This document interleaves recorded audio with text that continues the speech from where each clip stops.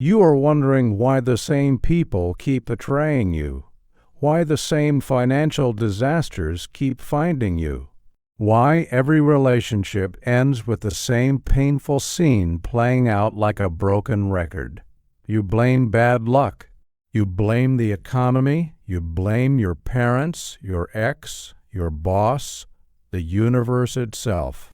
But Joseph Murphy revealed a truth so uncomfortable that most people spend their entire lives running from it. You are not attracting what you want. You are attracting what you are. The circumstances that surround you are not random events falling from the sky. They are reflections. They are mirrors. They are the physical manifestation of your inner state projected onto the screen of your life with perfect accuracy. The poverty you experience is not bad fortune. It is the outer expression of a poverty consciousness you carry in the depths of your being. The rejection you face is not other people being cruel. It is the universe responding to the rejection you have already performed on yourself in the courtroom of your own mind. The chaos that follows you from job to job, from city to city, from relationship to relationship is not a curse placed upon you by external forces. It is the signal you are broadcasting. You are wondering why the same people keep betraying you, why the same financial disasters keep finding you, why every relationship ends with the same painful scene playing out like a broken record. You blame bad luck. You blame the economy.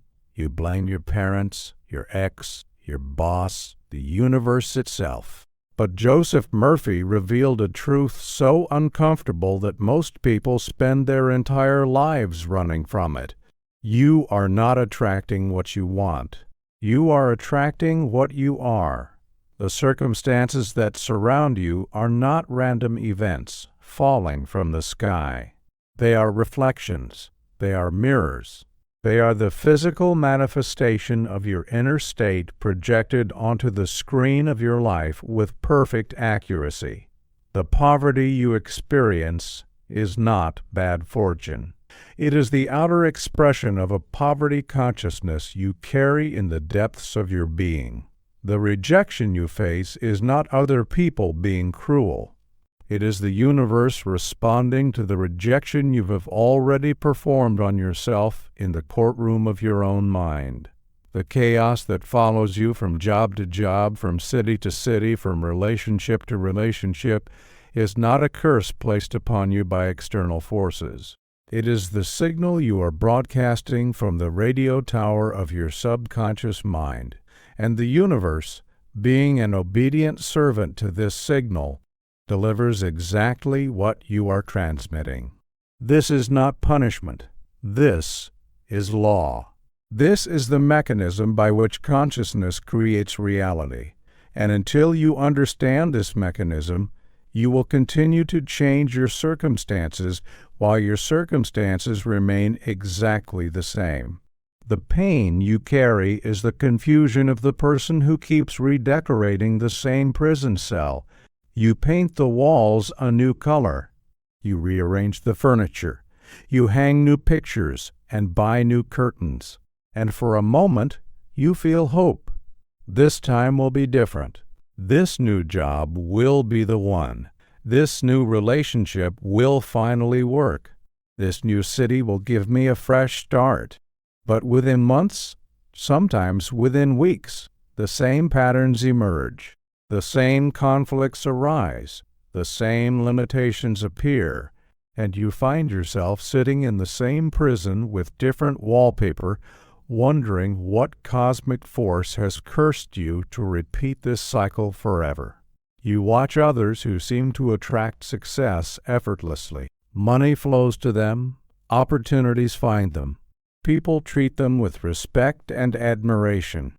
And you cannot understand the difference. You work harder than they do. You want it more than they do. You have read the books and attended the seminars and repeated the affirmations, yet they rise while you remain stuck, spinning your wheels in the mud of repeated failure. The deeper wound is the growing suspicion that you are somehow fundamentally flawed. That success is reserved for a special category of people, and you are not among them. That no matter what you do, no matter how hard you try, you are destined to struggle while others thrive. Here is the reverse bridge that will shatter your illusion. You have been trying to attract what you want while remaining who you have always been. You have been attempting to use techniques and strategies and positive thinking to pull new circumstances into your life, but you cannot attract what you are not. The law does not work through attraction in the way most people understand it. The law works through correspondence. Your outer world corresponds to your inner world with mathematical precision. You do not get what you desire. You get what you embody. You do not receive what you ask for. You receive what you are. The affirmations fail because you are speaking words of abundance while being a person of lack. The visualizations failed because you were picturing wealth while carrying the identity of poverty in your cells. The techniques failed because you were trying to bolt new circumstances onto an old self. And the old self always wins. The old self is the pattern held in the subconscious mind, and the subconscious mind is the architect of your experience. It does not care about your conscious desires. It cares only about the blueprint you have given it, and the blueprint is not what you say you want. The blueprint is who you believe yourself to be at the deepest level of your being. Murphy promises you this. If you will change your inner state, your outer circumstances must change to match. This is not hope. This is not faith in the religious sense. This is the operation of immutable law. The same law that ensures an apple seed produces an apple tree ensures that a poverty consciousness produces poverty, and a wealth consciousness produces wealth. The same law that ensures water flows downhill ensures that your life flows in the direction of your dominant inner state. You cannot violate this law any more than you can violate gravity. You can only work with it or against it. And until now, you have been working against it. You have been trying to change the reflection without changing your face. You have been trying to alter the printout without editing the file. You have been trying to fix the shadow without moving the object that casts it. In this video, we will learn what Murphy called the identity protocol, a precise method by which you transform your inner state so completely that your outer world has no choice but to reconfigure itself around your new being. This is not about adding new beliefs to your existing self. This is about becoming a new self entirely, a self that naturally, automatically, inevitably attracts the circumstances you desire, because those circumstances are the only possible reflection of who you have become. But there is a specific way you have been sabotaging this transformation without knowing it, a mental habit so ingrained that you perform it dozens of times per day. Murphy called it the comparison trap, and it is the silent killer of identity change. Every time you look at someone who has what you want and feel that familiar pang of envy, you are reinforcing your current identity as someone who lacks. Every time you measure yourself against another and find yourself falling short, you are commanding your subconscious to maintain the gap. I will expose this trap completely in Part 4 and give you the exact method Murphy prescribed for dissolving it.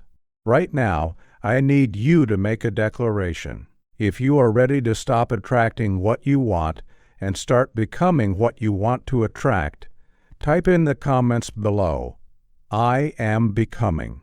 This is not a wish. This is not a hope. This is the first command you are issuing to your subconscious mind. You are declaring that transformation has begun. Do it now, and subscribe to this channel, because what we are about to uncover requires the complete architecture of Murphy's system. The pieces build upon each other, the principles interlock, and if you follow this teaching to its conclusion, you will not recognize the person looking back at you in the mirror. That person will be new, and everything that person attracts will be new along with them. The law of correspondence is the foundation upon which all of Murphy's teachings rest, and to understand it is to grasp the fundamental architecture of reality itself. This law states that your outer world is a perfect mirror of your inner world, not an approximate reflection, not a rough similarity, a perfect mirror. Every circumstance you encounter, every person you meet, every opportunity that arrives or fails to arrive is the precise reflection of a pattern held in your subconscious mind. There are no accidents in this system. There are no random events. There is only correspondence. The angry boss who makes your life miserable corresponds to anger you are holding within yourself. The unfaithful partner who breaks your heart corresponds to a pattern of unworthiness you have accepted as true. The financial lack that follows you from year to year corresponds to a belief in scarcity that has taken root in the soil of your subconscious. You are not the victim of these circumstances. You are the creator of them, not consciously, not deliberately, but through the mechanism of correspondence that operates whether you understand it or not. Murphy taught that the subconscious mind is like a mirror that reflects back whatever is placed before it. If you place an image of failure before this mirror, failure reflects back into your life. If you place an image of success before this mirror, success reflects back. The mirror does not judge. The mirror does not decide what you deserve. The mirror simply reflects with perfect accuracy whatever pattern you present to it. This is why two people can start with identical external circumstances and end up in completely different places. One person carries a pattern of expansion in their subconscious, and their circumstances expand accordingly. Another person carries a pattern of contraction, and their circumstances contract no matter how hard they work or how much they desire something different. The external effort is almost irrelevant. What matters is the internal pattern. Consider the implications of this law for your own life. Every complaint you have about your circumstances is actually a complaint about your own consciousness. Every frustration with external events is actually a frustration with the patterns you have allowed to take root in your subconscious mind. This is not blame. This is not criticism. This is diagnosis. When a doctor tells you that your symptoms are caused by a specific condition, the doctor is not blaming you. The doctor is giving you the information you need to address the root cause. Murphy is doing the same. He is telling you that your external symptoms, your lack, your struggle, your repeated failures are caused by internal patterns, and once you know the cause, you can address it.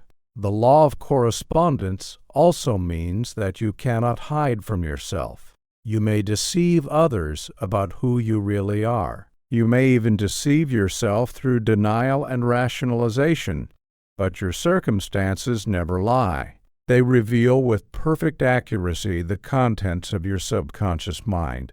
If you want to know what you truly believe about yourself, do not ask yourself.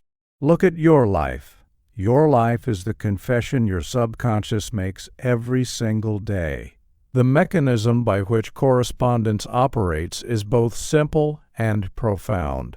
Murphy called it the law of mental equivalence. This law states that before anything can manifest in your physical reality, it must first exist as a mental equivalent in your consciousness. You cannot experience wealth in the physical world if you do not possess the mental equivalent of wealth in your inner world. You cannot experience love if you do not possess the mental equivalent of love. You cannot experience success if you do not possess the mental equivalent of success. The physical manifestation is always secondary. It is always the effect. The mental equivalent is always primary. It is always the cause. Think of it like a mold and the substance poured into it. Your mental equivalent is the mold. Your physical circumstances are the substance that takes the shape of whatever mold you provide. If the mold is shaped like poverty, no amount of effort will produce wealth because the substance can only take the shape of the mold. You must change the mold first. You must create the mental equivalent of what you desire before the physical equivalent can appear. This is why wanting something desperately often pushes it further away. When you want something desperately, you are holding the mental equivalent of lack. You are affirming through your emotional state that you do not have the thing you desire, and this mental equivalent of not having becomes the mold into which your circumstances are poured. The universe does not hear your words. The universe does not respond to your conscious desires. The universe responds only to your mental equivalent, and your mental equivalent is determined not by what you say but by what you feel, what you assume, and what you accept as true about yourself. At the deepest level, Murphy taught that the subconscious mind does not respond to statements. It responds to states. A state is the total feeling tone of your consciousness at any given moment. Are you in a state of abundance or a state of lack? A state of confidence or a state of fear? A state of worthiness or a state of shame? Your circumstances will correspond to your dominant state with mathematical precision. This is why affirmations alone so often fail. You can repeat words of abundance while remaining in a state of lack. You can speak statements of confidence while dwelling in a state of fear. The words bounce off the surface of the subconscious because they do not match the state. But when you actually shift your state, when you move from lack to abundance at the level of feeling, the subconscious accepts this as the new mold and begins immediately to pour your circumstances into this new shape. The creation of mental equivalents is therefore the master skill. It is the ability to feel now what you would feel if your desire were already fulfilled. It is the ability to assume now the identity of the person who already has what you seek. This is not pretending. This is not denial. This is the deliberate creation of the mold into which the universe must pour your new circumstances. The required state for transformation is what Murphy called assumption. This is not assumption in the casual sense of guessing or supposing. This is assumption as a total act of consciousness. It is the complete acceptance of a new identity as already real, already true, already accomplished. You do not assume that you will become wealthy. You assume that you are wealthy now. You do not assume that you will be loved. You assume that you are loved now. You do not assume that success is coming. You assume that success is here. The assumption is always in the present tense because the subconscious mind exists only in the present. It does not understand future tense. It does not respond to tomorrow or someday or eventually. It responds only to what you accept as true, right now in this moment. When you assume a new state, you are not lying to yourself about your current circumstances. Your bank account still shows the same number. Your relationship status remains unchanged. The physical facts of your life appear exactly as they did before. But you have shifted your inner stance. You have adopted a new position in consciousness. And from this new position, you relate to those same circumstances differently.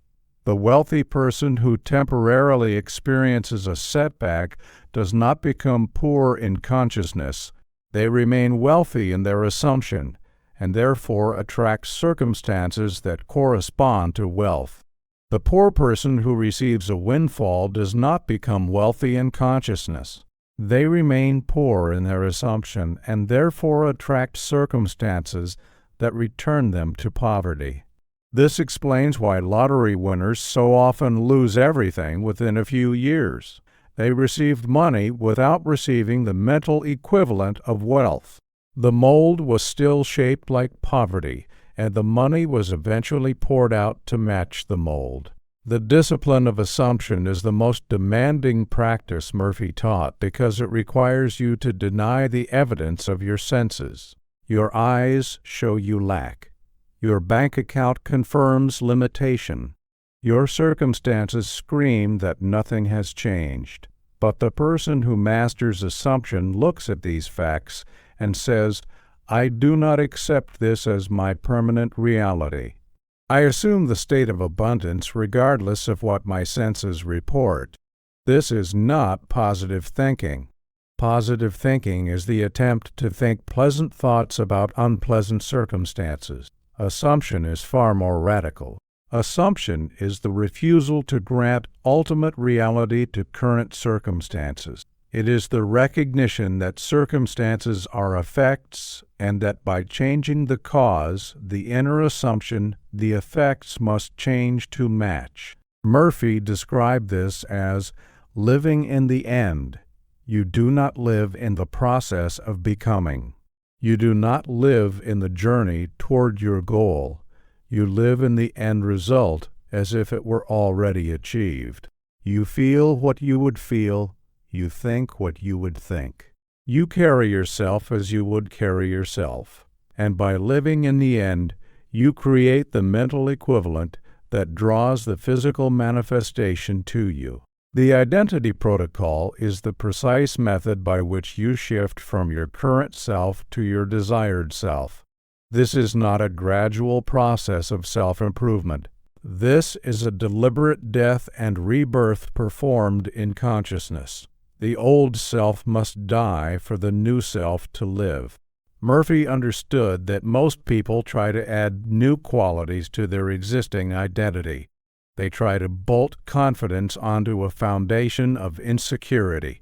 They try to attach wealth to a core of poverty. This cannot work. The old identity always reasserts itself because the foundation remains unchanged. You cannot build a palace on the foundation of a shack. You must tear down the old foundation completely and pour a new one. The identity protocol begins with a clear decision about who you will become, not what you will have, not what you will do, who you will be. This distinction is critical. Most people focus on having and doing while ignoring being.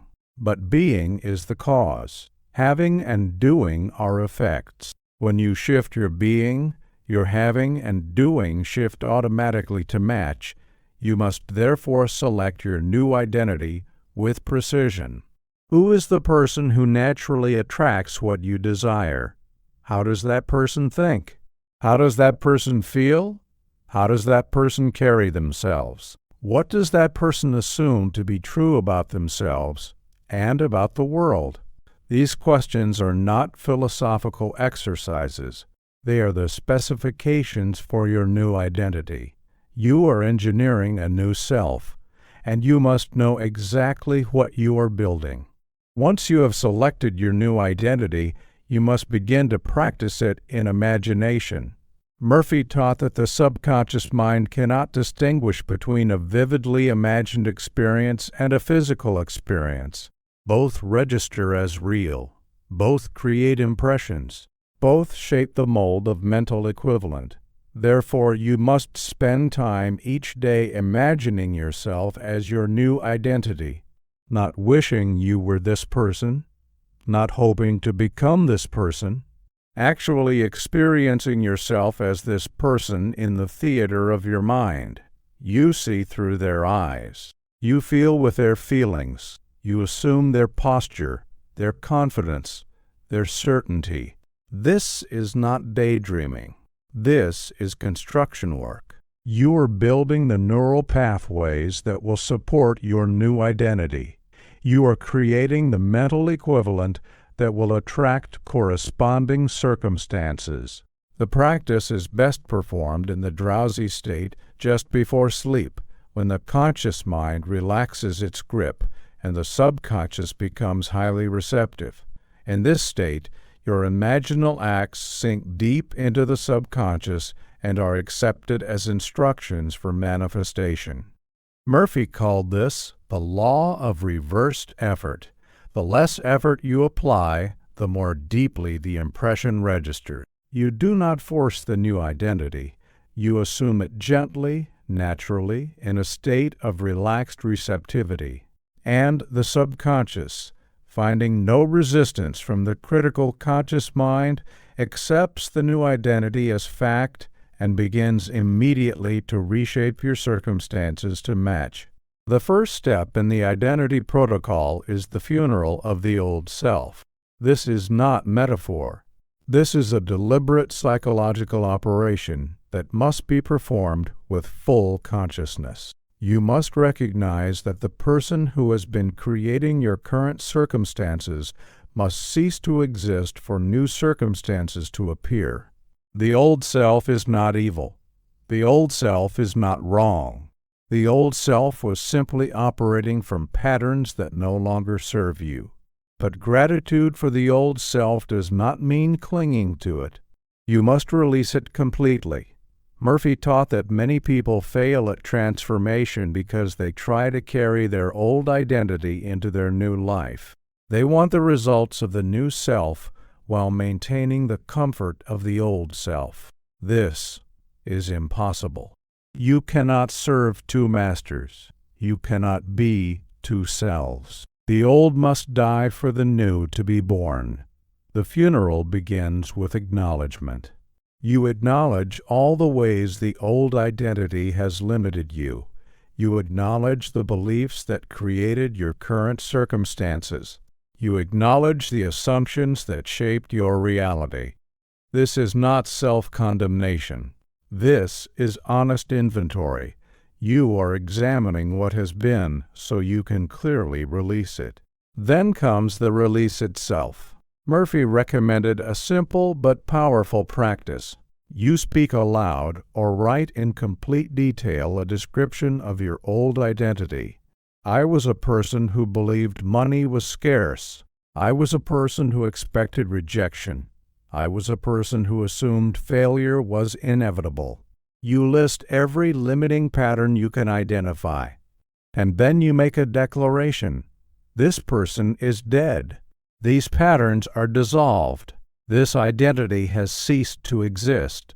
I release it completely into the nothingness from which it came. The emotional component is essential. You must feel the release. You must feel the old self falling away like old skin being shed. If you perform this ritual intellectually without feeling, it will not penetrate the subconscious. But if you feel the death of the old self, if you experience the liberation of letting go, the subconscious registers this as a genuine termination of the old pattern. What remains after the funeral is space. This is the critical moment that most people rush through too quickly. They want to immediately fill the space with a new identity. But Murphy taught that the space itself is sacred. The space is potential. The space is the womb in which the new self will be conceived. You must sit in this space without anxiety, without rushing to fill it. You must trust that nature abhors a vacuum and that the new identity you will install is already pressing against the edges of this space waiting to flood in. The funeral is complete when you can think of your old patterns without emotional charge, when the memory of who you used to be feels like reading about a stranger, when you genuinely do not recognize the person who created your current circumstances. This is the sign that the death was real and the space for rebirth has been cleared. The second step in the identity protocol is the conception of the new self. This is where you deliberately choose and begin to embody the identity that will attract your desired circumstances. You are not improving the old self, you are creating an entirely new being. Murphy compared this to an architect designing a building. The architect does not start with a broken building and try to fix it. The architect starts with a blank page and designs exactly what is wanted. You must approach your new identity with the same fresh vision. What does the person who naturally attracts wealth think about money? They do not think about money with anxiety or desperation.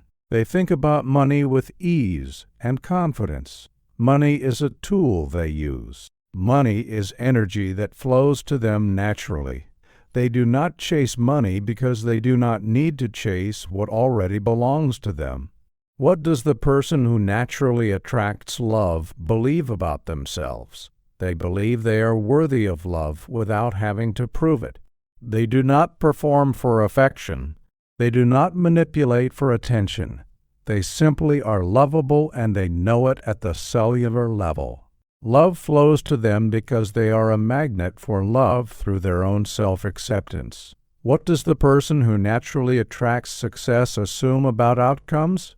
They assume things work out for them. They assume obstacles are temporary and solutions are inevitable.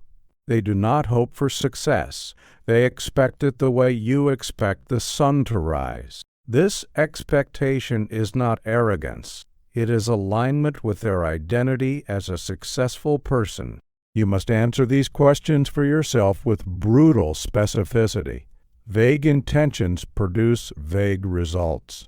If you want to attract financial abundance, you must define exactly how the wealthy version of you thinks, feels, and assumes. If you want to attract loving relationships, you must define exactly how the loved version of you carries themselves through the world. If you want to attract professional success, you must define exactly how the successful version of you approaches challenges and opportunities. Murphy taught that the subconscious requires clear instructions. It cannot manifest a fuzzy image. It needs sharp edges and vivid details. The more precisely you define your new identity, the more powerfully the subconscious can construct it. Write down the characteristics of your new self. Describe how they wake up in the morning. Describe how they handle stress. Describe how they respond to setbacks. Describe how they receive compliments. Describe how they spend money. Describe how they treat themselves when no one is watching. These details are not trivial. They are the specifications for your new life. The conception is complete when you can describe your new identity as clearly as you could describe your best friend.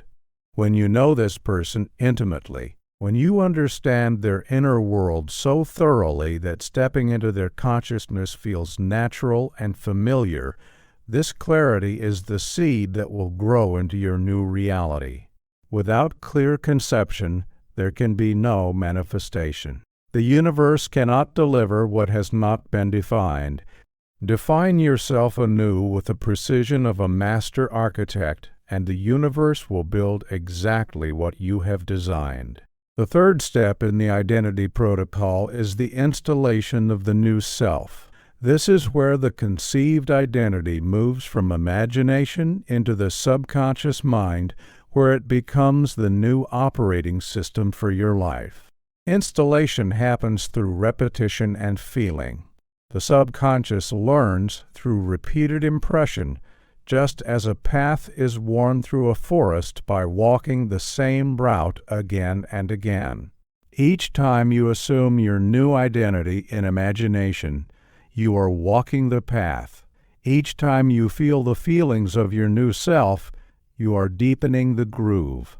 Eventually, the path becomes so established that walking it requires no effort. It becomes your default route. Murphy prescribed a specific technique for installation. In the drowsy state before sleep, You enter into a brief scene that implies your new identity is already real. This scene should be short, perhaps 15 to 30 seconds, and it should be experienced from the inside. You do not watch yourself in the scene like a movie. You are in the scene looking through your own eyes. The scene must imply that your desire is already fulfilled. If your new identity is a wealthy person, you might imagine a friend congratulating you on your financial success. You hear their voice. You feel their hand on your shoulder. You experience the naturalness of receiving this congratulation because wealth is simply who you are now. If your new identity is a person in a loving relationship, you might imagine lying next to your partner in comfortable silence. You feel the warmth of their body. You hear their breathing. You experience the security of being deeply loved because being loved is simply who you are now. The scene must feel natural, not extraordinary. This is crucial.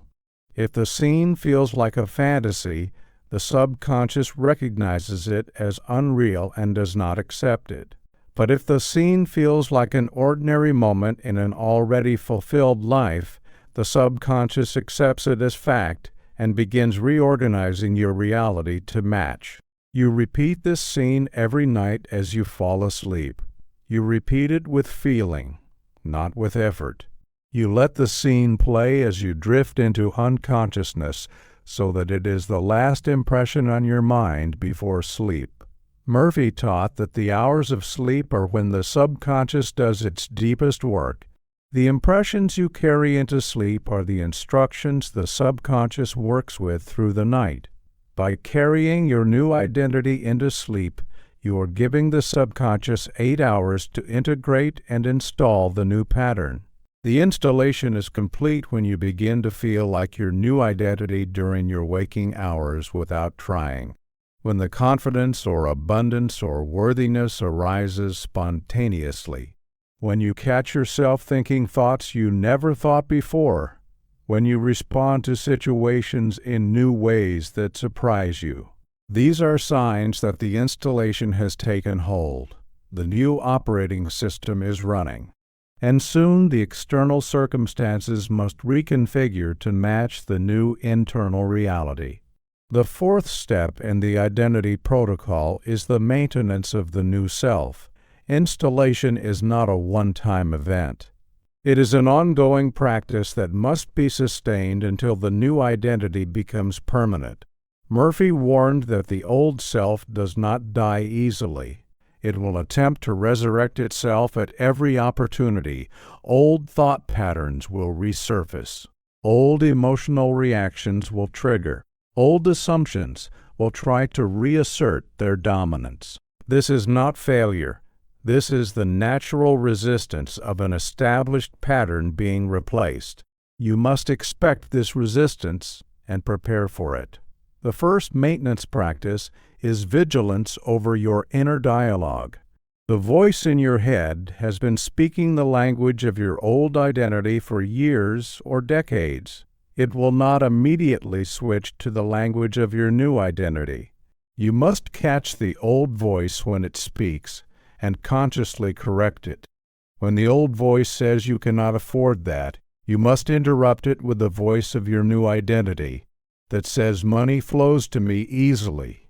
When the old voice says they will reject you, you must interrupt it with the voice of your new identity that says, I am worthy of acceptance. This is not positive thinking. This is identity enforcement. You are not trying to feel better about your old self. You are enforcing the new self against the rebellion of the old. The second maintenance practice is environmental control.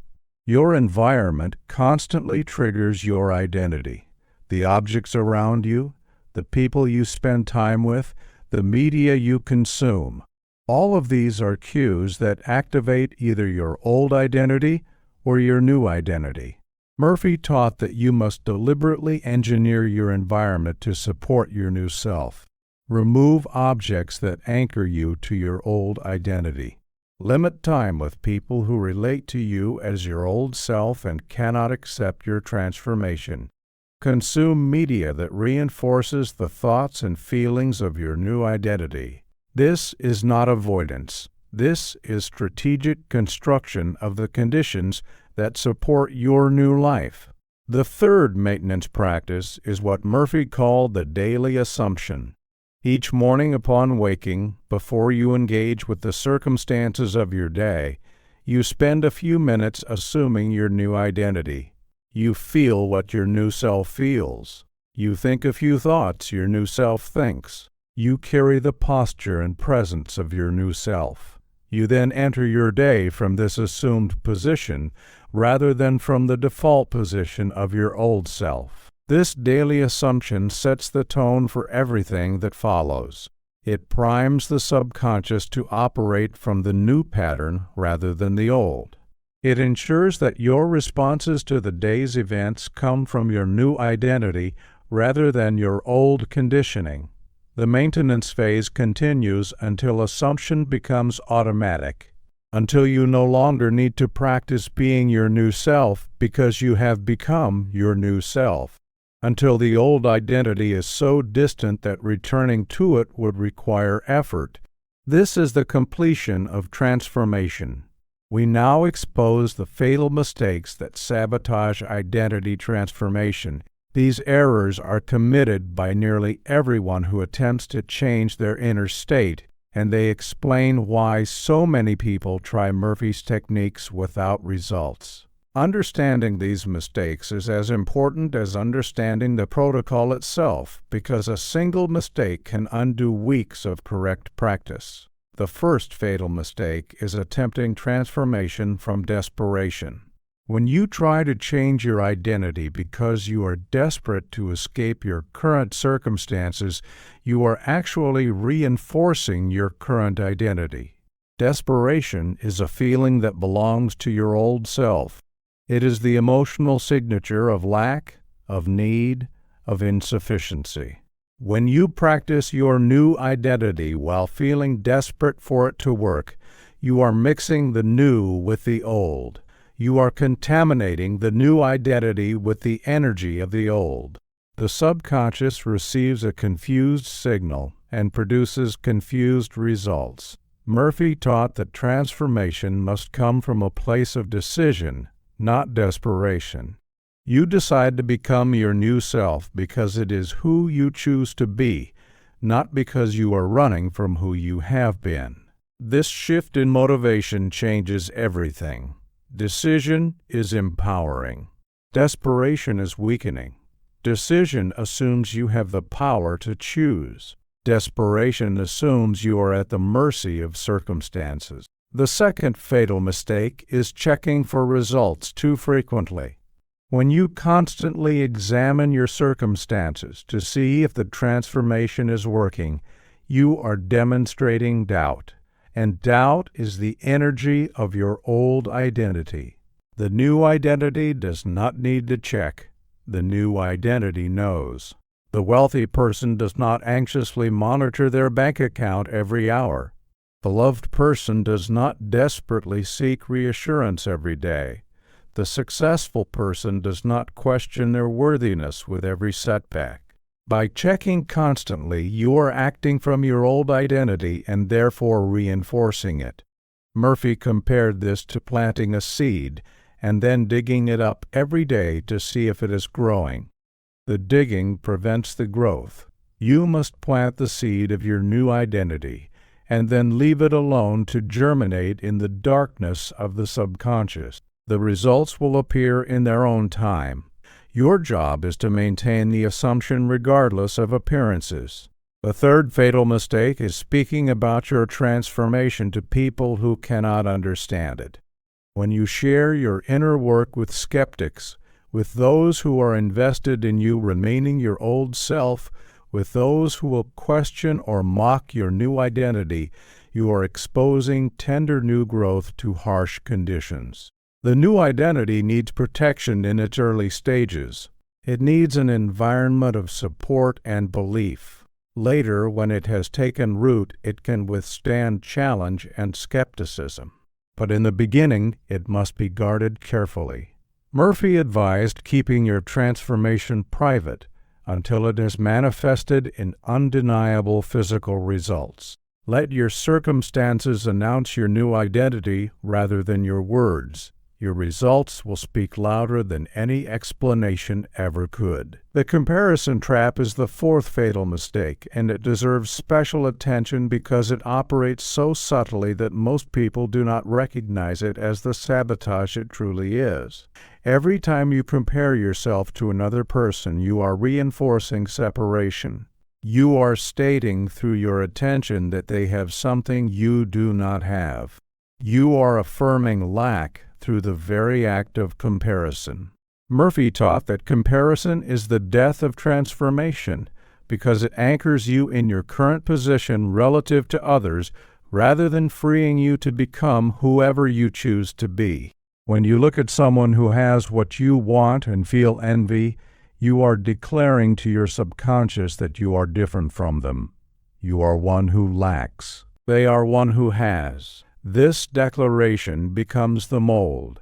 This declaration becomes the mental equivalent, and your circumstances conform to it with perfect accuracy. The solution is not to avoid seeing others who have what you want. The solution is to change your interpretation of what you see. Instead of seeing evidence of your lack, you must see evidence of possibility. Instead of feeling envy, you must feel inspiration. Instead of thinking they have what I want, you must think what is possible for them is possible for me because we are made of the same substance. This shift in interpretation changes everything. Murphy called this the principle of shared possibility. When you see someone living in abundance, you do not compare yourself to them and find yourself lacking. You recognize that their abundance proves abundance is available. It proves the universe can produce this result. And if the universe can produce it for them, it can produce it for you, because the universe does not play favorites. The law works equally for all. The person you envy is not special. They are not lucky. They simply hold a mental equivalent that you have not yet installed. But you can install it. That is the message their success sends you. Not look at what you lack, but look at what is possible. The practical application is this. When you catch yourself comparing and feeling less than, you must immediately perform a correction. You say to yourself, either aloud or silently, their success is proof of my possibility. What they have achieved, I can achieve, because the law that served them serves me equally. I bless their abundance, and I claim the same law for myself. This blessing is not charity toward them. It is strategy for yourself. When you bless another's success, you align yourself with success. When you resent another's success, you align yourself with lack. The emotion you feel toward others who have what you want is a direct instruction to your subconscious about what you will attract. Choose blessing and you attract abundance. Choose resentment and you attract more reasons to resent. The comparison trap is now exposed. You know its mechanism. You know its solution. From this moment forward, every comparison becomes an opportunity to affirm possibility rather than reinforce lack. Now we turn to the master's tips that Murphy reserved for those who truly understood the foundation. These are the refined insights that separate those who dabble in transformation from those who achieve permanent change. The first master tip is the principle of naturalness. When you assume your new identity, it must feel natural rather than forced. If you are straining to feel wealthy, you are not feeling wealthy. Strain is the signature of the old self trying to become something it believes it is not. The new identity must be worn like comfortable clothing, not like a costume that pinches and restricts. Murphy taught that the feeling of naturalness is the test of correct assumption. When your new identity feels as natural as your old identity once felt, you have succeeded. Until then, you must continue to practice until the strangeness wears off and the new self becomes simply who you are. The second master tip is the principle of present tense living. Your new identity does not exist in the future. It exists now. The moment you place your transformation in the future, you push it away from you. Tomorrow never comes, because when tomorrow arrives, it is today. If your new identity is always coming, it will always be coming and never arriving. You must claim it now, not as something you are becoming, but as something you are. This is the most difficult mental discipline because your circumstances appear to contradict your claim. But Murphy was adamant on this point. The assumption must be present tense or it does not work. You are wealthy now. You are loved now. You are successful now. The physical evidence will catch up to the mental fact, but only if the mental fact is held in present tense. The third master tip is the principle of effortlessness. Effort belongs to the realm of the conscious mind. Transformation happens in the realm of the subconscious mind.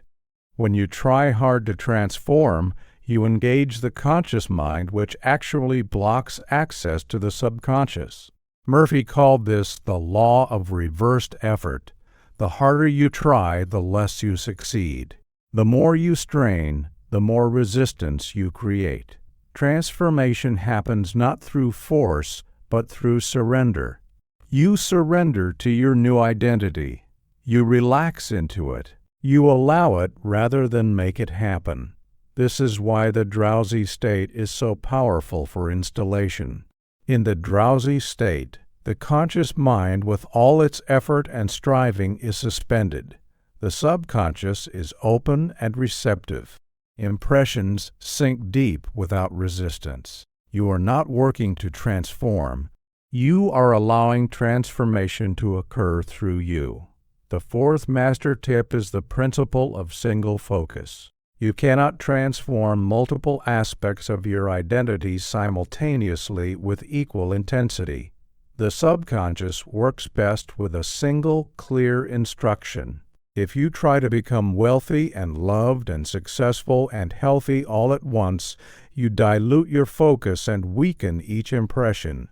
Murphy recommended choosing one primary identity shift and focusing on it completely until it manifests. Then move to the next. This sequential approach produces faster results than the scattered approach of trying to change everything at once. Mastery requires focus, and focus means choosing one thing fully.